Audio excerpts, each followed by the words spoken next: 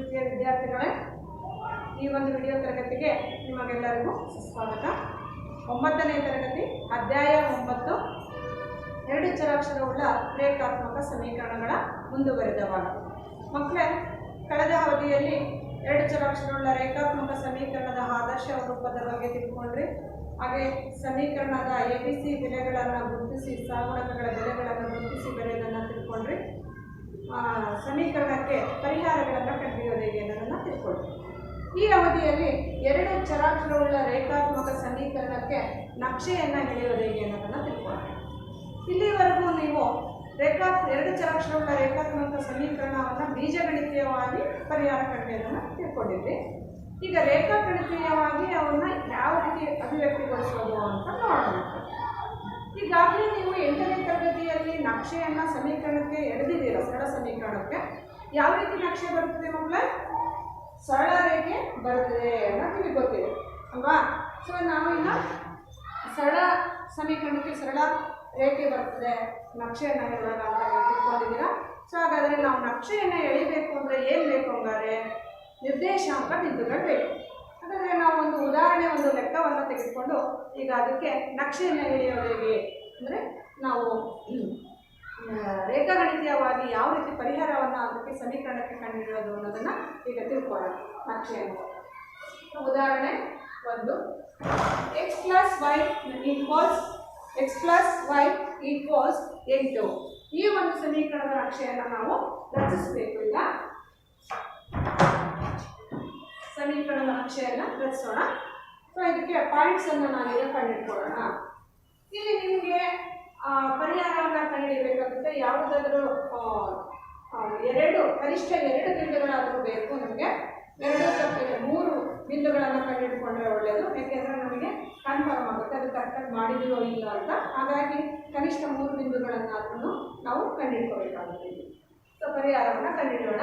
ಈಗ x = 0 ಆದಾಗ y ಬೆಲೆ ಏನಾಗುತ್ತೆ ಅಂತ ಕಂಡುಹಿಡಿಯಿರಿ. ಸಮೀಕರಣದಲ್ಲಿ x plus y equals 8.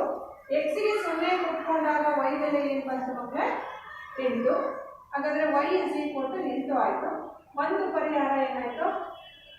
ಒಂದು ಪಾಯಿಂಟ್ x, y ನಿರ್ದೇಶಾಂಕಗಳನ್ನು ಈ ರೀತಿ ಅಣಿತಯುಗ್ಮವನ್ನು ಜೋಡಿನಲ್ಲಿ ಬರೀಲಿಕ್ಕೆ ನಿಮಗೆ ಗೊತ್ತಿದೆ. ಸೊ ಹಾಗಾದರೆ x 0 ಆದಾಗ y 8. ನೆಕ್ಸ್ಟ್ ಎರಡನೇ ಪಾಯಿಂಟನ್ನು ಬರ್ಕೊಳ್ಳೋಣ. ನೆಕ್ಸ್ಟ್ ಎಕ್ಸ್ಗೆ 1 ಕೊಡಿ.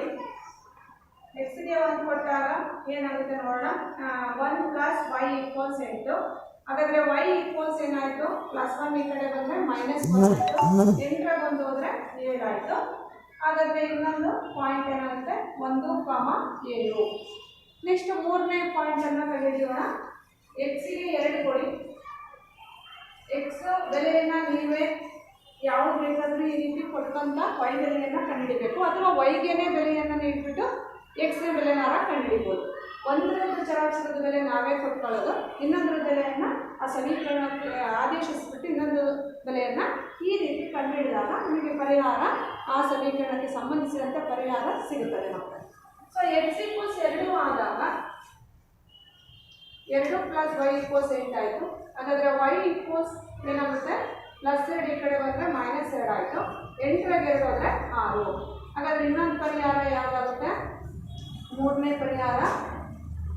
ಸೊ ಮೂರನೇ ಬಿಂದು x, y. ಫಸ್ಟ್ x ನಿರ್ದೇಶಾಂಕನೇ ಬರೀಬೇಕು. x 2 ಆಗುತ್ತೆ, y 6 ಆಗುತ್ತೆ. 3 ಪಾಯಿಂಟ್ಸ್ ಕಂಡುಹಿಡ್ಕೊಂಡ್ರೆ ಸಾಕು. ಈಗ ಅದನ್ನು ಕೋಷ್ಟಕದಲ್ಲಿ ವ್ಯಕ್ತಪಡಿಸೋಣ.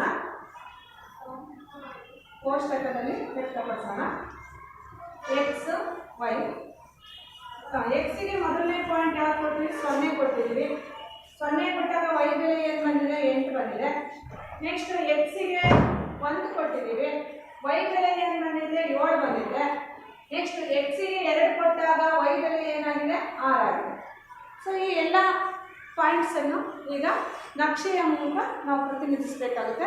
ನಕ್ಷೆಯನ್ನು ಎಳೆಯೋಣ.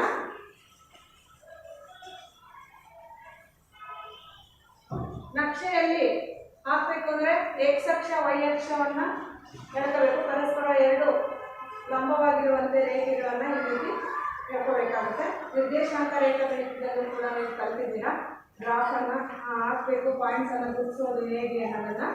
ಸೊ ನಿರ್ದೇಶಾಂಕ ವ್ಯವಸ್ಥೆಯನ್ನು ಫಸ್ಟು ನಾವು ಹಾಕೋಬೇಕಾಗುತ್ತೆ. ಈ ರೀತಿ ಎಕ್ಸ್ ಅಕ್ಷ ವೈ ಅಕ್ಷಗಳನ್ನು ಗುರುತಿಸ್ಕೊಂಡು ಎಕ್ಸ್ ಎಳ್ಕೊಂಡು ಅದರ ಮೇಲೆ ನಿರ್ದೇಶಾಂಕ ಬಿಂದುಗಳನ್ನು ಗುರುತಿಸಬೇಕಾಗುತ್ತೆ.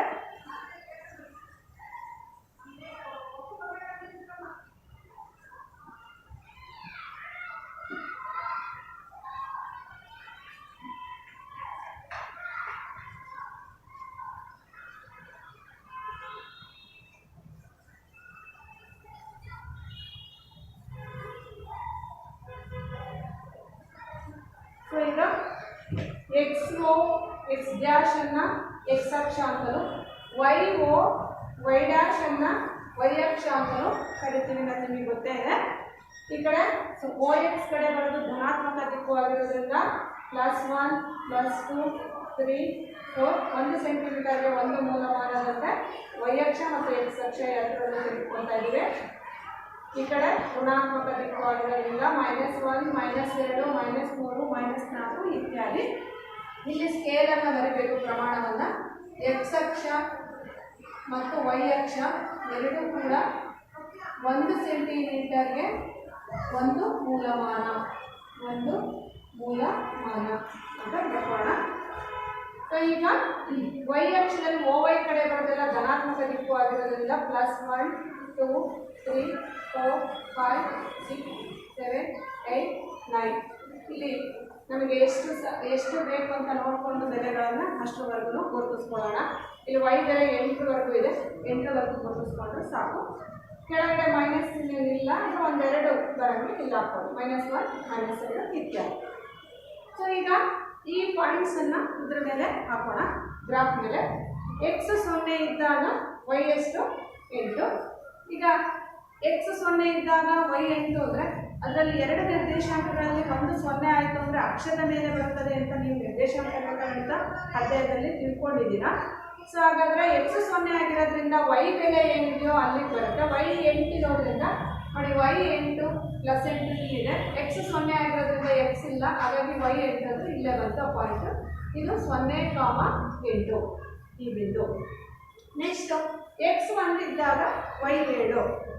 ಎಕ್ಸ್ 1 ಅಂದರೆ ಎಕ್ಸ್ ಅಕ್ಷದ ಮೇಲೆ 1 ಇರುತ್ತೆ, ಫಸ್ಟ್ ಅಲ್ಲಿ ಬರಬೇಕು. ನಂತರ ವೈ 7 ಅಂದರೆ ಧನಾತ್ಮಕ ದಿಕ್ಕಿನಲ್ಲಿ ವೈ ಕಡೆ ನಾವು ಚಲಿಸಬೇಕಾಗುತ್ತೆ. ಓ ವೈ ನೇರದಲ್ಲಿ 7 ತನಕ ನಾವು ಚಲಿಸಬೇಕಾಗುತ್ತೆ.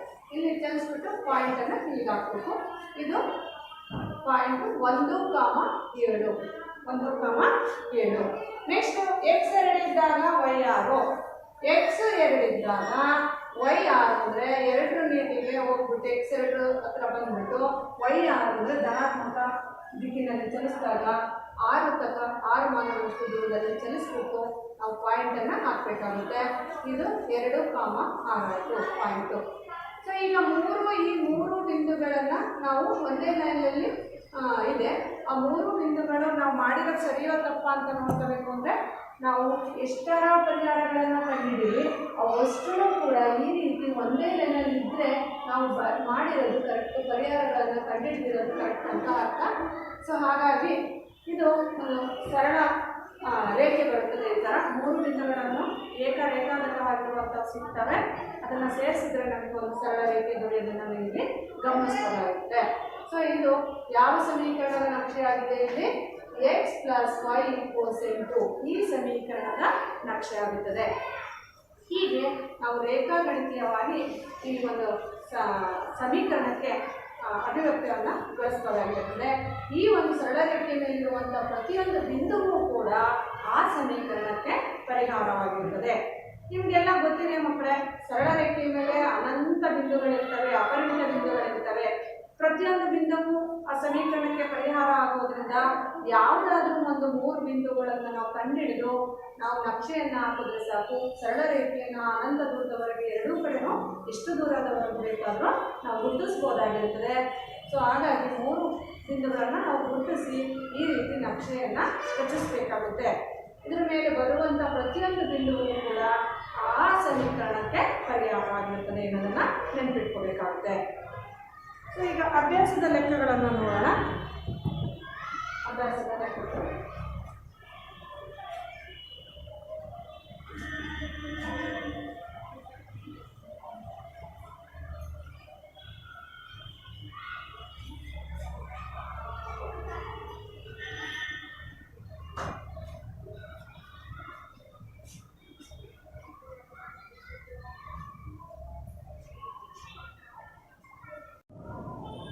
ಅಭ್ಯಾಸ 10.3 ಅಭ್ಯಾಸ 10.3 ಅದರಲ್ಲಿ ಕೆಳಗೆ ನೀಡಲಾದ ಎರಡು ಚರಾಕ್ಷರಗಳಿರುವ ಪ್ರತಿಯೊಂದು ರೇಖಾತ್ಮಕ ಸಮೀಕರಣಕ್ಕೆ ನಕ್ಷೆಯನ್ನು ರಚಿಸಿರಿ ಅಂತ ಹೇಳಿದ್ದಾರೆ. ಪ್ರತಿಯೊಂದು ಈಗ ಒಂದೇ ಲೆಕ್ಕ ನೋಡೋಣ. x + y = 4. ಈ ಒಂದು ಸಮೀಕರಣಕ್ಕೆ ಈಗ ನಕ್ಷೆಯನ್ನು ನಾವು ರಚಿಸಬೇಕು ಅಂತಂದರೆ ಫಸ್ಟು ಪಾಯಿಂಟ್ಸನ್ನು ಕಂಡುಹಿಡ್ಕೋಬೇಕಾಗುತ್ತೆ. ನಿರ್ದೇಶಾಂಕ ಬಿಂದುಗಳನ್ನು ಕಂಡುಹಿಡ್ಕೊಳ್ಳೋಣ. ಈಗ ನಾವು ಇದನ್ನು ಇನ್ನೊಂದು ರೀತಿಯಲ್ಲಿ ಮಾಡೋದಾದರೆ x ಒಂದ್ಸರಿ 0 ಬಿಟ್ಕೊಳ್ಳೋದು, y ಒಂದ್ಸರಿ 0 ಬಿಟ್ಕೊಳ್ಳೋದು, ಅಲ್ಲೇ 2 ಪಾಯಿಂಟ್ಸ್ ಇರುತ್ತೆ. ಈ ರೀತಿ ಕೂಡ ಮಾಡ್ಕೋಬೋದು. ನೋಡಿ, x 0 ಆದಾಗ ಏನಾಗುತ್ತೆ? 0 + y = 4. ಹಾಗಾದರೆ y = 4 ಆಯಿತು. ಹಾಗಾದರೆ ಒಂದು ನಿರ್ದೇಶಾಂಕ ಬಿಂದು ಏನಾಯಿತು? 0, 4 ಆಯಿತು. x, y ಒಂದು ನಿರ್ದೇಶಾಂಕ ಬಿಂದು 0, 4 ಆಯಿತು. ಎರಡನೇ ಪಾಯಿಂಟ್ x = 0 ಆಯಿತು. ಈಗ x = 0 ಬಂದು y = 0 ಆದಾಗ ಬೇಕಾದ್ರೂ ತಗೋಬೋದು.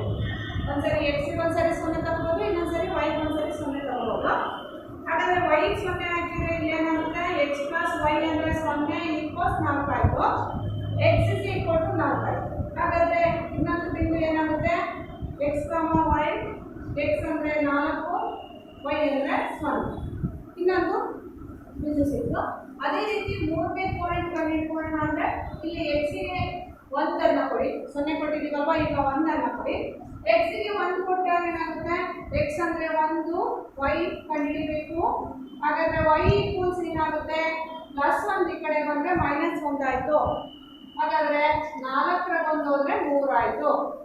ಹಾಗಾದರೆ ನಿರ್ದೇಶಾಂಕ ಬಿಂದುಗಳೇನಾಯಿತು? x, y = x ಗೆ 1 ಕೊಟ್ಟಾಗ y ಬೆಲೆ 3. ಇದನ್ನು ನಾವು ಕೋಷ್ಟಕ ರೂಪದಲ್ಲಿ ವ್ಯಕ್ತಪಡಿಸಿದ್ರೆ x, y ಇಲ್ಲಿ x ನ ಬೆಲೆಯನ್ನ ಬರೀತಾ ಹೋಗೋಣ. ಫಸ್ಟ್ ಯಾವ ಕೊಟ್ಟಿದ್ರು ನೋಡಿ, x ಗೆ 0 ಕೊಟ್ಟಾಗ y 4 ಇದೆ. ನೆಕ್ಸ್ಟ್ x ಗೆ 4 ಇದ್ದಾಗ y 0 ಇದೆ. ನೆಕ್ಸ್ಟ್ x 1 ಇದ್ದಾಗ y 3 ಇದೆ. ಈ ರೀತಿ ಕೋಷ್ಟಕದಲ್ಲಿ ವ್ಯಕ್ತಪಡಿಸ್ಕೊಂಡ್ರೆ ಬಹಳ ಸುಲಭವಾಗಿ ಅಲ್ಲಿ ಗ್ರಾಫ್ ಹಾಕೋದು ನಿಮಗೆ ಸುಲಭವಾಗುತ್ತೆ. ಇಲ್ಲಿ ಸ್ಕೇಲಿನಲ್ಲಿ x ಅಕ್ಷ ಮತ್ತು y ಅಕ್ಷ ಎರಡು 1 ಸೆಂಟಿಮೀಟರ್ಗೆ ಒಂದು ಮೂಲಮಾನವನ್ನು ತೆಗೆದುಕೊಳ್ಳೋಣ. ಈಗ ಗ್ರಾಫ್ ಅನ್ನು ಹಾಕೋಣ.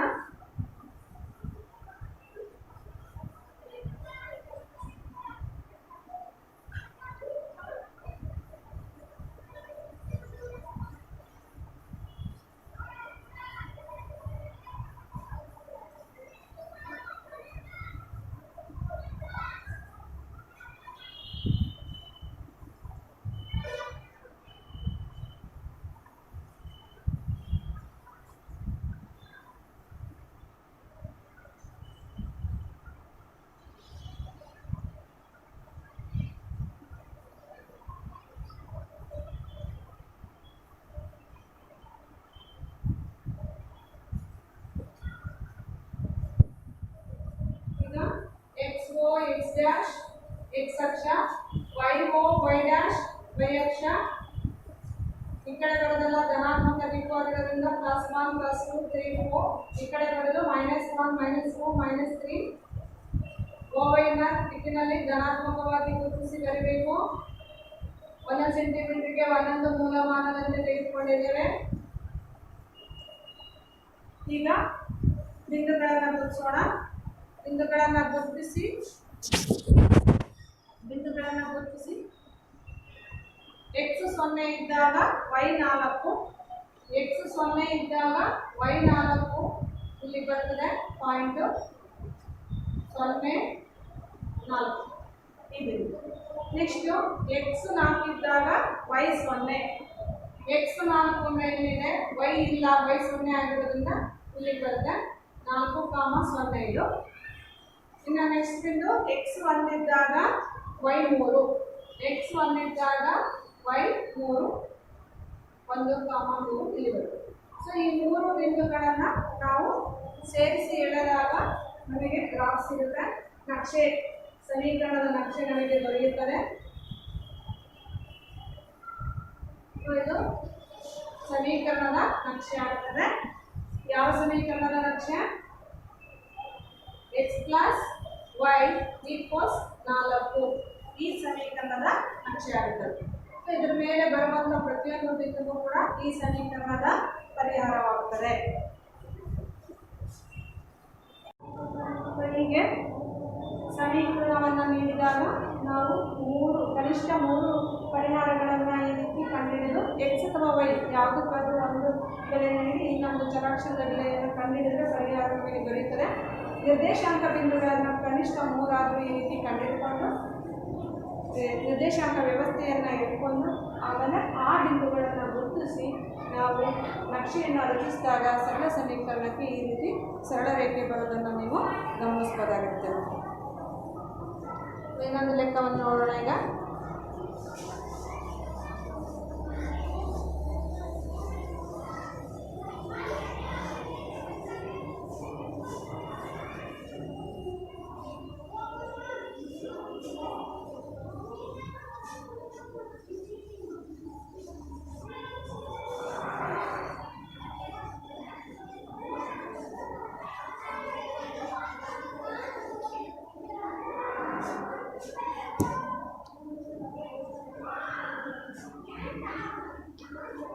ಎರಡನೇ ಲೆಕ್ಕ, ಅಭ್ಯಾಸದಲ್ಲಿ ಎರಡನೇ ಲೆಕ್ಕ ನೋಡೋಣ.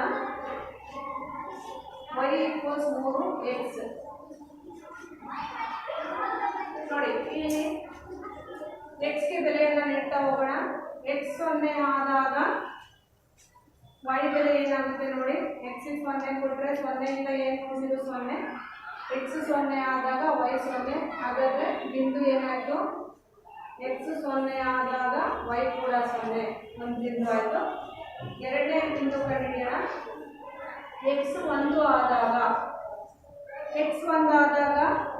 y ಈಕ್ವಲ್ಸ್ 3 ಇಂಟು x ಜಾಗಕ್ಕೆ 1 ಹಾಕಿದ್ರೆ 3 ಹಾಗಾದರೆ y ಬೆಲೆ 3 ಆಯಿತು. x 1 ಆದಾಗ y ಬೆಲೆ 3. ನೆಕ್ಸ್ಟ್ ಮೂರನೇ ಬಿಂದು ನಿರ್ದೇಶಾಂಕ ಬಿಂದು ಕಂಡುಹಿಡಿಯೋಣ. x ಈಕ್ವಲ್ಸ್ 2 ಆದಾಗ y ಈಕ್ವಲ್ಸ್ 3 ಇಂಟು 2 3 6 ಆಯಿತು. ಹಾಗಾದರೆ 2 ಆದಾಗ 6. ಇದಕ್ಕೆ ನಾವು ಕೋಷ್ಟಕವನ್ನು ಬರೆದಾಗ x y x ಇಲ್ಲಿ ಫಸ್ಟ್ ಯಾವ ಕೊಟ್ಟಿದ್ದೀವಿ? 0 1 2. y ಬೆಲೆ ಏನಾಗಿದೆ? 0 3 6. ಸೊ ಈಗ ಈ ಬಿಂದುಗಳನ್ನು ಇದರ ಮೇಲೆ ನಾವು ಗುರುತಿಸಿ ಬರೆಯೋಣ. x 0 ಆದಾಗ y 0. ನೋಡಿ, x 0 y 0 ಎರಡೂ 0 0 ಅಂದರೆ ಯಾವ ಬಿಂದು? ಅದು ಮೂಲ ಬಿಂದು ಆಗಿರ್ತದೆ ಅಥವಾ ಮೂಲ ಬಿಂದುವಿನಲ್ಲಿ ಇರ್ತದೆ. ಸೊ ಮೂಲ ಬಿಂದುವಿಗೆ ನಾವು ಪಾಯಿಂಟನ್ನು ಗುರುತಿಸಬೇಕಾಗುತ್ತೆ. ಮೂಲ ಬಿಂದುವಿಗೆ ಗುರುತಿಸಿ. ಇದು 0, 0, 0. ನೆಕ್ಸ್ಟು x 1 ಇದ್ದಾಗ y 3. x 1 ಇದ್ದಾಗ y 3 ಇಲ್ಲಿದೆ ಅಲ್ವಾ? x 1 ಇದ್ದಾಗ y 3 1, 3. ಇದು 1, 3. ನೆಕ್ಸ್ಟ್ x 2 ಇದ್ದಾಗ y 6. x 2 ಇದ್ದಾಗ y 6 2, 6. ಸೊ ಮೂರು ಬಿಂದುಗಳು ಒಂದೇ ಸರಳ ರೇಖೆಯಲ್ಲಿ ಇದೆಯಾ ಇಲ್ಲ ಅಂತ ಚೆಕ್ ಮಾಡ್ಕೊಳ್ಳಿ. 3 ಒಂದೇ ಲೈನಲ್ಲಿದೆ. ಸೊ ಹಾಗಾದರೆ ನಾವು ಕಂಡುಹಿಡಿದಿರುವಂತಹ ಬಿಂದುಗಳು ಪರಿಹಾರಗಳು ಆ ಸಮೀಕರಣಕ್ಕೆ ಸರಿಯಾದವಾಗಿದೆ. ಸೊ ಇಲ್ಲಿ ಈ ರೀತಿ ನಾವು ನಕ್ಷೆಯನ್ನು ಎಷ್ಟು ದೂರವರೆಗೂ ಬೇಕಾದರೂ ಸರಳ ರೇಖೆ ವೃದ್ಧಿಸ್ಬೋದಾಗಿರ್ತದೆ. ಹೀಗೆ ಸೇರಿಸಬೇಕಾಗುತ್ತೆ. ಇದು ಯಾವ ಸಮೀಕರಣದ ನಕ್ಷೆ ಅನ್ನೋದನ್ನು ಇಲ್ಲಿ ಬರೀಬೇಕು. y equals 3x. ಮಕ್ಕಳೇ, ಒಂದು ವಿಶೇಷತೆಯನ್ನು ಇಲ್ಲಿ ಗಮನಿಸಬೇಕಾಗುತ್ತೆ ನೀವು. ಈ ರೀತಿ y is equal to kx ಅಂದರೆ k ಇಲ್ಲಿ ಒಂದು ವಾಸ್ತವಿಕ ಸಂಖ್ಯೆ ಆಗಿರಲಿ ಅಂತ ನಾವು ಇಟ್ಕೊಂಡ್ರೆ y is equal to kx ರೂಪದಲ್ಲಿರುವಂತಹ ಯಾವುದೇ ಒಂದು ಸಮೀಕರಣಕ್ಕೆ ನಕ್ಷೆಯು ಮೂಲ ಬಿಂದುವಿನ ಮೂಲಕ ಹಾದು ಹೋಗುತ್ತದೆ. ಈ y is equal to 2x ತೆಗೆದುಕೊಂಡಾದರೆ ಅದು ಕೂಡ ಸಮೀಕರಣದ ನಕ್ಷೆಯು ಮೂಲ ಬಿಂದುವಿನ ಮೂಲಕನೇ ಹಾದು ಹೋಗೋದನ್ನು ನೀವು ಗಮನಿಸಬಹುದಾಗಿರುತ್ತೆ. ಹಾಗೆ y is equal to 2x ಇರ್ಬೋದು, y is equal to 3x ಇರ್ಬೋದು, 4x -1x ಹೀಗೆ k ಬೆಲೆಯಲ್ಲಿ ಏನಾರ ಆಗಿರಲಿ ನೀವು ಕಂಡುಹಿಡಿದಾಗ ಅದು ಆ ರೀತಿ ಮೂಲಬಿಂದುವಿನ ಮೂಲಕನೇ ಹಾದು ಹೋಗೋದನ್ನು ನೀವು ಗಮನಿಸಬಹುದಾಗಿರುತ್ತೆ.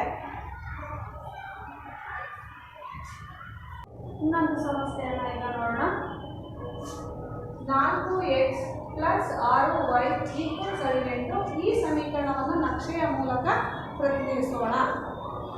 ಇಲ್ಲಿ ನಾವು ಎಕ್ಸ್ಗೆ ಬೆಲೆ ಕೊಡೋಣ. ಫಸ್ಟು ಒಂದೇ ಪಾಯಿಂಟ್ ಕಂಡುಹಿಡಿಯೋಣ. x 0 ಆದಾಗ ಏನಾಗುತ್ತೆ? 4 × x ಜಾಗಕ್ಕೆ 0 ಆಗುತ್ತೆ, 6y = 18. 0ಯಿಂದ a ಗುಣಿಸಿರೋ 0, so 6y = 18. y equals ಏನಾಗುತ್ತೆ? 6ರಿಂದ ಭಾಗಿಸಿದ್ರೆ 18 6 3 18. ಹಾಗಾದರೆ ಬಿಂದು ಏನು ಸಿಕ್ತು ನಮಗೆ? ಇಲ್ಲಿ x 0 ಆಯಿತು, y 3 ಆಯಿತು. ಒಂದು ಪಾಯಿಂಟ್ ಕಂಡುಹಿಡ್ಕೊಂಡ್ವಿ. ಹಾಗೆ ಇನ್ನೊಂದು ಪಾಯಿಂಟನ್ನು ಕಂಡುಹಿಡ್ಕೊಳ್ಳೋಣ. ಎರಡನೇ ಪಾಯಿಂಟು y 0 ಆದಾಗ, x 0 ಆದಾಗ ಒಂದ್ಸರಿ ತಗೊಂಡಿವಿ, y 0 ಆದಾಗ ಒಂದ್ಸರಿ ತಗೊಳ್ಳೋಣ. 4x + 6 × y ಜಾಗಕ್ಕೆ 0 ಹಾಕಿದ್ರಿ, ಆವಾಗ 4x = 18 ಆಯಿತು. ಹಾಗಾದರೆ x = ತಗೊಂಡಾಗ 18/4 ಆಯಿತು. ಭಾಗಿಸಿದ್ರೆ ಎಷ್ಟಾಗುತ್ತೆ ನೋಡಿರಿ? 2ರಿಂದ 2 4, 2 9 18.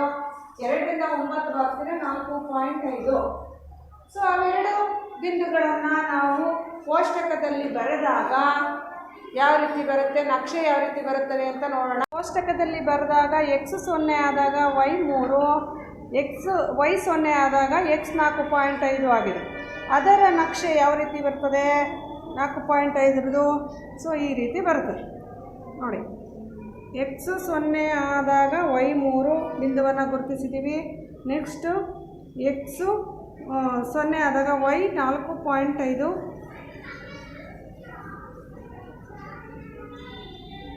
ಇನ್ನೊಂದು ಉದಾಹರಣೆ ತೆಗೆದುಕೊಳ್ಳೋಣ. 2x + 3y = 9 ಈ ಸಮೀಕರಣದ ನಕ್ಷೆಯನ್ನು ಎಳೆಯಿರಿ.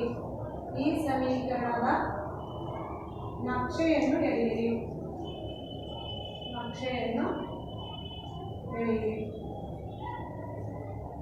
ಸೊ ಈಗ ಫಸ್ಟ್ ಒಂದು ಬಿಂದು ಕಂಡುಹಿಡ್ಕೊಳ್ಳೋಣ. x ಗೆ ಒಂದ್ಸರಿ 0 ಕೊಟ್ಕೊಳ್ಳೋಣ, y ಗೆ ಒಂದ್ಸರಿ 0 ಕೊಟ್ಕೊಳ್ಳೋಣ. x 0 ಆದಾಗ 2 × x ಜಾಗಕ್ಕೆ 0 ಹಾಕಿ + 3y = 9. ಅಲ್ಲಿಗೆ 0ಯಿಂದ ಏನು ಮುಗಿಸಿದ್ರು 0, ಸೊ 3y = 9. 3 3 9. ಸೊ ಹಾಗಾದರೆ y ಬೆಲೆ 3. ಪಾಯಿಂಟ್ ಯಾವುದಾಯಿತು? x 0 ಆದಾಗ y 3. ಒಂದು ಬಿಂದುವನ್ನು ಕಂಡುಹಿಡ್ಕೊಂಡ್ವಿ. ನೆಕ್ಸ್ಟು ಎರಡನೇ ಬಿಂದುವನ್ನು ಕಂಡುಹಿಡ್ಕೊಳ್ಳೋಣ. ಈಗ y ಗೆ 0 ಕೊಟ್ಕೊಳ್ಳೋಣ. y 0 ಆದಾಗ 2x 3 × y ಜಾಗಕ್ಕೆ 0 ಹಾಕ್ಕೊಳ್ರಿ. 2x 3 × 0 0ನೇ ಆಗುತ್ತೆ. ಹಾಗಾಗಿ y ಗೆ 0 ಕೊಟ್ಟಾಗ x ಏನಾಗುತ್ತೆ? 9/2. ಅಲ್ಲಿ x = 4.5. ಹಾಗಾದರೆ ಎರಡನೇ ಬಿಂದು ಏನಾಯಿತು? 0 ಆದಾಗ y 0 ಆದಾಗ x 4.5 ಆಗೋದನ್ನು ನೀವು ಗಮನಿಸ್ತೀರ. ಸೊ ಈಗ ಆ ಒಂದು ನಕ್ಷೆಯನ್ನು ನಾವು ನೋಡೋದಾದರೆ ಯಾವ ರೀತಿ ಬರುತ್ತೆ ಅಂತ ನೋಡೋದಾದರೆ ಇಲ್ಲಿ ಗಮನಿಸಿ.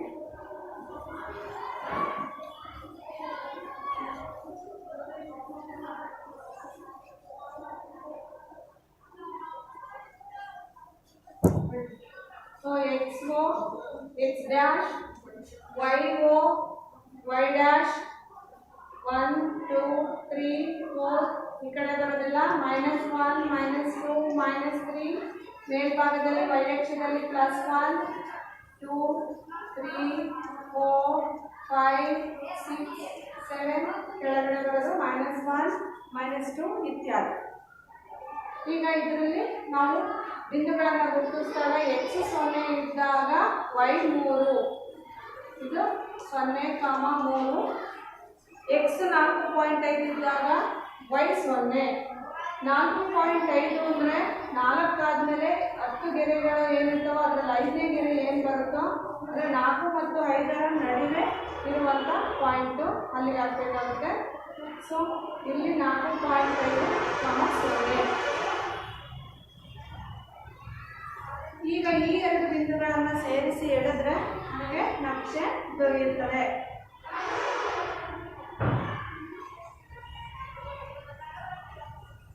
ಹೀಗೆ ನಾವು ಸಮೀಕರಣಗಳಿಗೆ ನಕ್ಷೆಯನ್ನು ರಚಿಸಬಹುದಾಗಿದೆ. ಪರಿಹಾರಗಳನ್ನು ಕಂಡುಹಿಡಿದು ಸಮೀಕರಣಕ್ಕೆ ನಕ್ಷೆಯನ್ನು ರಚಿಸಬಹುದಾಗಿದೆ ಮಕ್ಕಳೇ.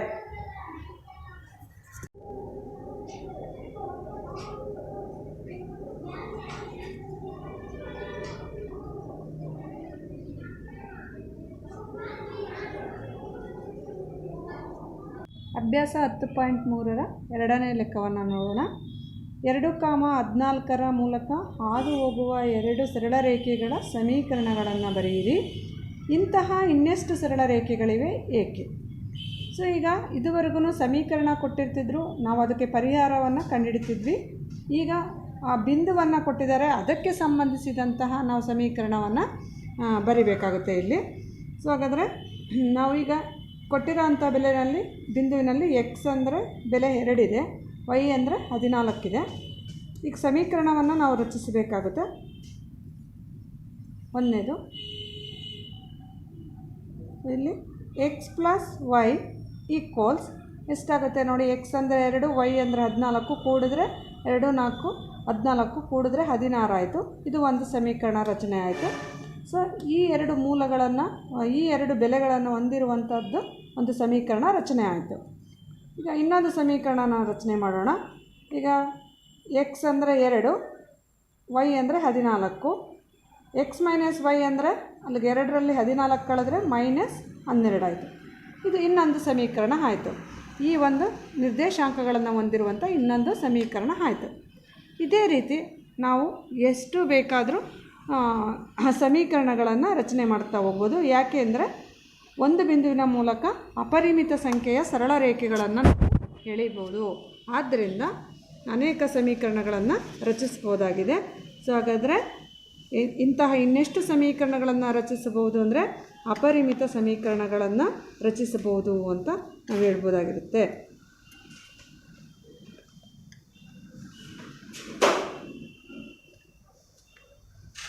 ಸಮೀಕರಣಗಳನ್ನು ರಚಿಸಬಹುದು.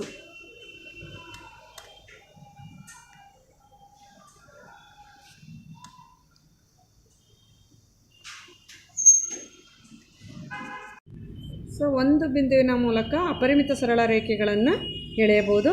ಆದ್ದರಿಂದ ಇಂತಹ ಅನೇಕ ಸರಳ ಸಮೀಕರಣಗಳನ್ನು ನಾವು ಈ ಬಿಂದುವನ್ನು ಒಳಗೊಂಡಂತೆ ರಚಿಸ್ಬೋದಾಗಿರುತ್ತೆ. ಮೂರನೇ ಲೆಕ್ಕವನ್ನು ನೋಡೋಣ. 3y = ax + 7 ಎಂಬ ಸಮೀಕರಣದ ನಕ್ಷೆಯ ಮೇಲೆ 3,4 ಬಿಂದುವು ಇರುವುದಾದರೆ ಎಯ ಬೆಲೆಯನ್ನು ಕಂಡುಹಿಡಿಯಿರಿ. ಸೊ ಇಲ್ಲಿ ಪರಿಹಾರ 3y = ax + 7 ಸಮೀಕರಣದ ಒಂದು ಪರಿಹಾರ 3,4 ಆಗಿದೆ ಅಂದರೆ, ಏಕೆಂದರೆ ಆ ಒಂದು ಬಿಂದು ಸಮೀಕರಣದ ನಕ್ಷೆಯ ಮೇಲಿದೆ ಅಂದಮೇಲೆ ಅದಕ್ಕದು ಪರಿಹಾರ ಆಗುತ್ತೆ. ಸಮೀಕರಣದ ನಕ್ಷೆಯ ಮೇಲಿರುವಂಥ ಪ್ರತಿಯೊಂದು ಬಿಂದುವು ಅದಕ್ಕೆ ಪರಿಹಾರ ಆಗಿರೋದ್ರಿಂದ ಇಲ್ಲಿ 3,4 ಒಂದು ಪರಿಹಾರದ ಬಿಂದು ಅಂದಮೇಲೆ ಎಕ್ಸ್ನ ಬೆಲೆ 3 ಮತ್ತು ವೈನ ಬೆಲೆ 4 ಆಗಿದೆ. ಸೊ ಈಗ ಸಮೀಕರಣ ಕೊಟ್ಟಿರೋದಕ್ಕೆ ಎಕ್ಸ್ ಮತ್ತು ವೈ ಬೆಲೆಗಳನ್ನು ಆದೇಶಿಸಿದಾಗ 3 ವೈ ಅಂದರೆ 4 = a × x ಅಂದರೆ 3 ಕೊಟ್ಟಿದ್ದಾರೆ. ಬೆಲೆ ಆದೇಶಿಸಿ ಸುಲಭೀಕರಿಸಿದ ನಂತರ 12 = 3a + 7 ಆಗುತ್ತದೆ.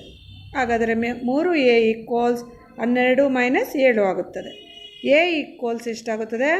12ಗೆ 7 ಹೋದರೆ 5 / 3 ಆಗುತ್ತದೆ. ಸೊ ಎನ ಬೆಲೆ 5/3 ಆಗುತ್ತದೆ. ಸೊ ಇನ್ನು ಉಳಿದ ಲೆಕ್ಕಗಳನ್ನು, ಅಭ್ಯಾಸದ ಲೆಕ್ಕಗಳನ್ನು ನೀಡ್ತೇವೆ. ಮಾಡಿ ಮಕ್ಕಳು, ಚೆನ್ನಾಗಿ ಪ್ರಾಕ್ಟೀಸ್ ಮಾಡಿ. ಧನ್ಯವಾದಗಳು. 5ನೇ ಲೆಕ್ಕವನ್ನು ಗಮನಿಸಿ. ಕೆಳಗಿನ ಆಯ್ಕೆಗಳಿಂದ ಚಿತ್ರ 10.6 ಮತ್ತು ಚಿತ್ರ 10.7ರಲ್ಲಿ ನೀಡಿರುವ ನಕ್ಷೆಗಳಿಗೆ ಸಮೀಕರಣಗಳನ್ನು ಆರಿಸಿರಿ. ಸೊ ಚಿತ್ರ 10.6ಕ್ಕೆ ಇಲ್ಲಿ 4 ಸಮೀಕರಣಗಳನ್ನು ಇಲ್ಲಿ ನೀಡಿದ್ದಾರೆ. ಈ 4 ಸಮೀಕರಣದಲ್ಲಿ ಯಾವುದು ಸರಿಯಾದ ಆಯ್ಕೆ ಅಂತ ನಾವು ಮಾಡಬೇಕಾಗಿದೆ. ಈಗ ನಕ್ಷೆಯನ್ನು ಗಮನಿಸಿ ಮಕ್ಕಳ. ಮೂಲ ಬಿಂದುವಿನ ಮೂಲಕ ಹಾದು ಹೋಗಿದೆ ನಕ್ಷೆ. ಎಕ್ಸು 0 ಇದ್ದಾಗ ವೈ ಕೂಡ 0, ಎಕ್ಸು -1 ಇದ್ದಾಗ ವೈ +1 ಆಗಿದೆ. ಸೊ ಹಾಗಾದರೆ ಸರಿಯಾದ ಉತ್ತರ ಯಾವುದಾಗುತ್ತೆ ನೋಡೋಣ. ಇಲ್ಲಿ ಎಕ್ಸ್ಗೂ ವೈಗೆ ಸಮ ಅಂತ ಹೇಳಿದ್ದಾರೆ. ಹಾಗಾಗಿ ಎರಡು ಸಮ ಇರಲಿಕ್ಕೆ ಇಲ್ಲಿ ಎಕ್ಸ್ 0 ಇದ್ದಾಗ ವೈ 0, ಆ ಒಂದು ಬಿಂದು ಸರಿಯಾಗುತ್ತೆ. ಆದರೆ ಇನ್ನೊಂದು ಬಿಂದು -1 ಎಕ್ಸ್ ಇದ್ದಾಗ ವೈ +1 ಆಗಿರೋದ್ರಿಂದ ಇಲ್ಲಿ ವಿರುದ್ಧ ಚಿಹ್ನೆಯನ್ನು ಹೊಂದಿರುವಂತೆ ಇರುವಂಥ ಸಮೀಕರಣ ಬೇಕಾಗುತ್ತೆ. ಆದ್ದರಿಂದ ಒಂದನೇದು ತಪ್ಪಾಗುತ್ತೆ. ಇನ್ನು ಎರಡನೇದು ತೆಗೆದುಕೊಂಡಾಗ ಎಕ್ಸ್ =−y ಆಗುತ್ತದೆ. ಹಾಗಾಗಿ ಇಲ್ಲಿ ಎಕ್ಸಿಗೆ +1 ಹಾಕಿದಾಗ ವೈ -1 ಆಗುತ್ತದೆ. ಎಕ್ಸ್ 0 ಹಾಕಿದರೆ ವೈ ಕೂಡ 0 ಆಗುತ್ತದೆ. ಆದ್ದರಿಂದ ನಾವು ಇದಕ್ಕೆ ಈ ಒಂದು ನಕ್ಷೆಗೆ ಸರಿ ಹೊಂದುವಂಥ ಸಮೀಕರಣ ಯಾವುದಪ್ಪ ಅಂತ ಹೇಳ್ಬೋದು ಅಂದರೆ ಎರಡನೇದಾಗುತ್ತದೆ. ಸೊ ಅಂದರೆ x+y = 0 ಈ ಸಮೀಕರಣದ ನಕ್ಷೆ ಆಗಿರುತ್ತದೆ ಇದು ಅಂತ ಹೇಳ್ಬೋದಾಗಿರುತ್ತೆ.